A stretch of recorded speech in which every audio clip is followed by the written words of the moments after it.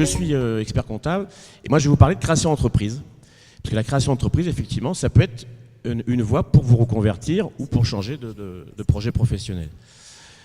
Je vais rebondir un petit peu sur votre question, madame. Moi, je vois des porteurs de projets de 20 à 50 ans.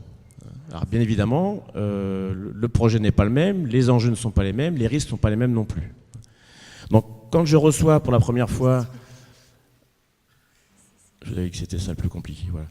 Quand je reçois pour la première fois alors une porteuse de projet, on va parler au féminin, dans mon bureau, avant de parler de chiffres, j'aime bien aborder, je dirais, la dimension humaine. Hein, parce que je pense que c'est avant tout une aventure humaine. Et donc, avant de commencer à parler un petit peu de chiffres, je vais surtout apprendre à vous connaître. Hein, quel est votre environnement familial, quelle est votre situation financière. Il est bien évident que l'enjeu n'est pas le même si vous êtes seul, si vous avez un conjoint, s'il y a d'autres sources de revenus dans le foyer. Alors vous allez dire, c'est très intime, c'est vrai que je peux être indiscret, mais bon, c'est aussi pour bien vous conseiller ensuite. Je pense qu'on conseille bien quelqu'un quand on connaît bien l'environnement personnel de la personne. Donc c'est réfléchir à votre situation financière. Quand on va commencer à faire un prévisionnel, il va falloir positionner votre rémunération. Quand on parle de création d'entreprise aujourd'hui, c'est souvent création de votre emploi, en fait. C'est-à-dire que vous allez créer votre propre emploi. Donc très vite, il va falloir parler de rémunération. Et c'est vrai que c'est plus ou moins stressant selon que le projet doit vous payer rapidement ou pas. Vous le savez peut-être, lorsque vous êtes demandeur d'emploi, c'est pour ça que c'est important, lorsque vous quittez un emploi salarié, d'essayer de le quitter dans une situation qui vous permet de toucher les indemnités du Pôle emploi. Vous pouvez bénéficier pendant 24 mois ou 36 mois selon votre date de naissance, on va dire, du maintien aux allocations mensuelles tout en travaillant dans l'entreprise. Donc ça, c'est une bonne mesure parce qu'elle vous permet effectivement de travailler en entreprise sans vous rémunérer, donc de ne pas tout de suite alourdir de charges. Deuxième choix, et là je vais faire deuxième réflexion, et là ça va faire le lien avec l'exposé précédent, c'est effectivement réfléchir à vos compétences personnelles. Ça peut effectivement passer, comme l'a dit l'exposé d'avant, par un bilan de compétences. On a besoin globalement de 3 grosses compétences pour gérer une entreprise. Il faut être commercial, production, technicien et la gestion. Et je rejoins ce qui a été dit tout à l'heure. C'est vrai que la gestion, si vous voulez, je ne vais pas dire que ce n'est pas important, mais ce n'est pas avec la gestion qu'on développe un projet. C'est avec la partie commerciale, parce que vous savez vendre, ou avec la partie technique.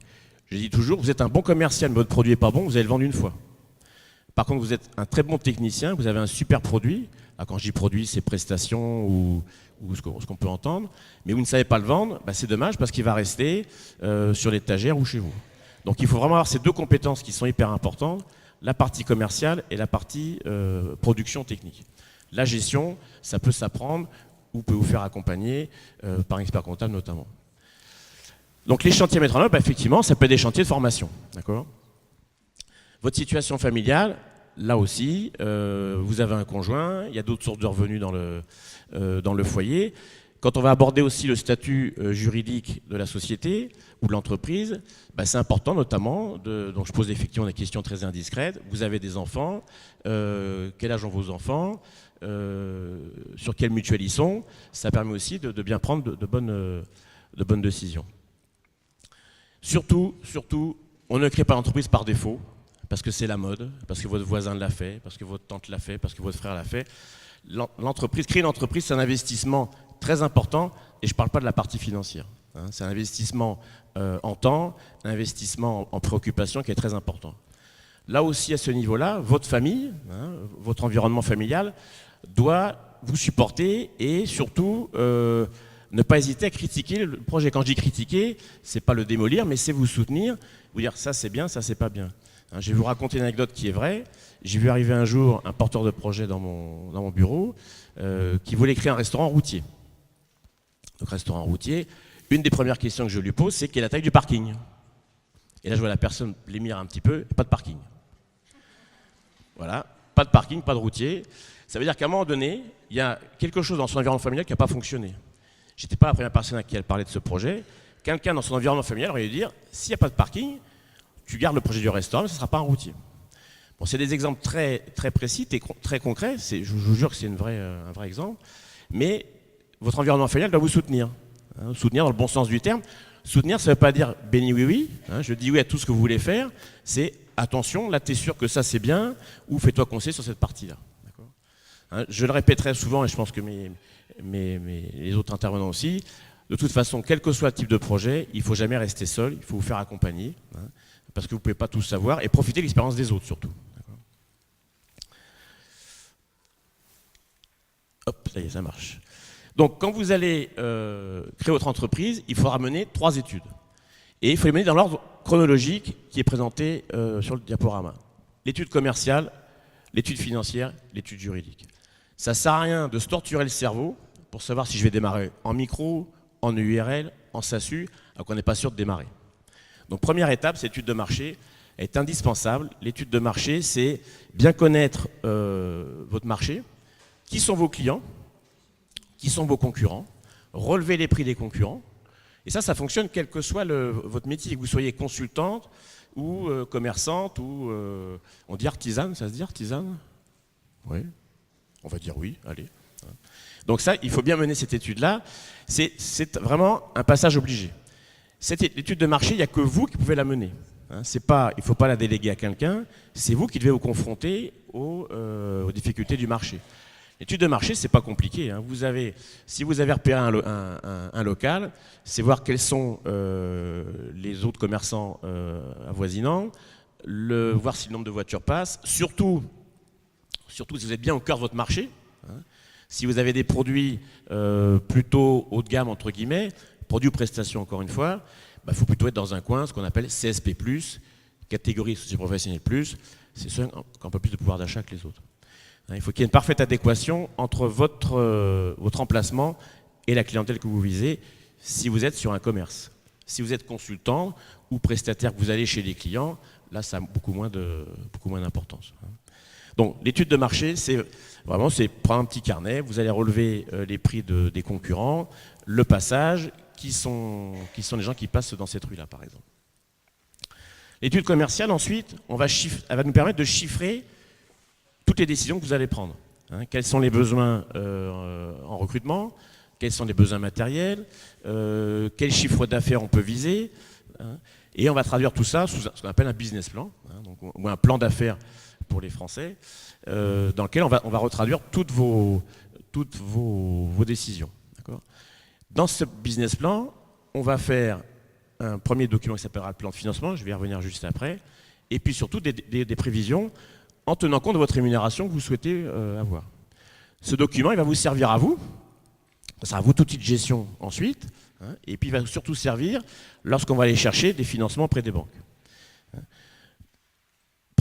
Chose importante aussi, lorsque j'ai un projet qui nécessite des fonds, hein, parce qu'il y a des investissements matériels et choses comme ça, je vais chercher de l'emprunt. Même si j'ai la trésorerie personnelle pour moi, je vais chercher de l'emprunt, c'est un moment privilégié pour aller chercher de l'emprunt. Et je garde mes réserves personnelles pour moi. Et enfin, l'étude juridique, et je dis souvent, si les 2 premières sont bien faites, l'étude commerciale et l'étude financière, la 3e va couler de source. D'accord ? L'étude juridique, c'est le choix du statut juridique. Là aussi, ne pas partir d'a priori. Moi, je n'ai pas d'a priori. Je ne refuse a priori aucun statut juridique. La micro, ça me va bien. Le URL, ça me va bien. La SASU, ça va bien.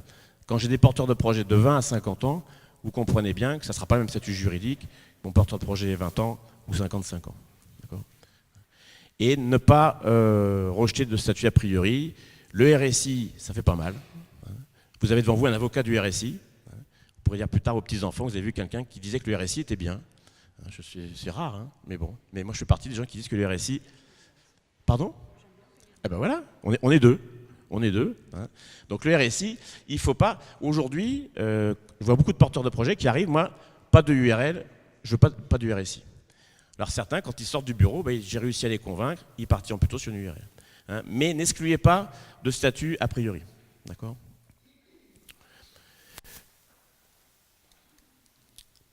Donc le plan d'affaires, hein, il va résumer, enfin, ou business plan comme vous voulez, le plan d'affaires, c'est un document, là aussi c'est pas une bible, hein, c'est 3-4 tableaux, hein, il va résumer tout le développé du projet.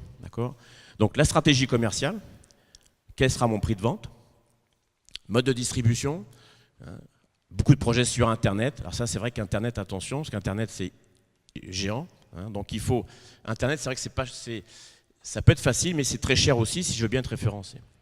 Donc là aussi, il faut faire attention à votre distribution. Et surtout, si vous avez un projet qui nécessite un local, l'emplacement. Il y a 3 choses importantes quand vous avez un local, c'est l'emplacement, l'emplacement et l'emplacement.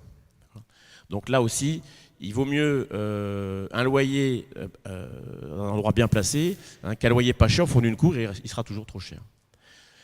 Donc les moyens nécessaires, c'est les moyens humains. Est-ce que j'ai besoin de recruter? À partir de quel moment je vais avoir besoin, moi, de me rémunérer? Donc là, on va aller chercher l'aide du Pôle emploi si on est éligible. Aujourd'hui, il n'y a plus beaucoup d'aide. Aujourd'hui, il n'y a que l'aide du Pôle emploi et puis les aides pour les personnes handicapées. D'accord, les subventions AGFIP. Les moyens matériels, là, il faut chiffrer tous les moyens tous les matériels dont vous avez besoin. D'accord. Il y a des projets qui nécessitent 0 € pour démarrer. Si vous êtes consultante ou moi j'ai beaucoup de projets dans le soin à la personne, dans le bien-être, ce ne sont pas des projets qui nécessitent d'investissement lourd au départ.